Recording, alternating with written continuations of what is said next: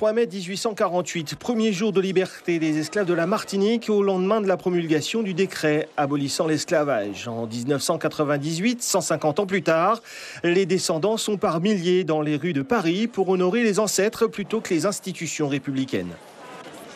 S'il n'y a plus de blessures à l'extérieur, mais il y a des blessures à l'intérieur, donc il faut le montrer, il faut le dire. Il faut au moins qu'on accepte de reconnaître ça, quoi. En 2008, le président Nicolas Sarkozy officialise ce 23 mai comme pour répondre à son prédécesseur Jacques Chirac qui, lui, avait instauré le 10 mai. La date du 23 mai deviendra une journée commémorative pour les associations qui regroupent les Français d'outre-mer de l'Hexagone et qui souhaitent célébrer le passé douloureux de leurs aïeux. Mais il a fallu ancrer ces dates dans le calendrier national par la loi. En 2017, le gouvernement souhaitait s'en tenir au 10 mai. Certains sénateurs craignaient même une nouvelle guerre des mémoires. Si on fait une commémoration des victimes, si vous voulez, en face des victimes, il y a ce qu'on pourrait dire entre guillemets les bourreaux.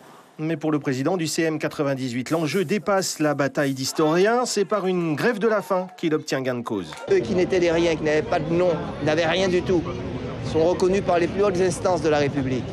Eh bien, les descendants ont de quoi être fiers. Annick Girardin, toute nouvelle ministre des Outre-mer, célébrait donc l'an dernier la toute première journée nationale officielle d'hommage aux victimes de l'esclavage.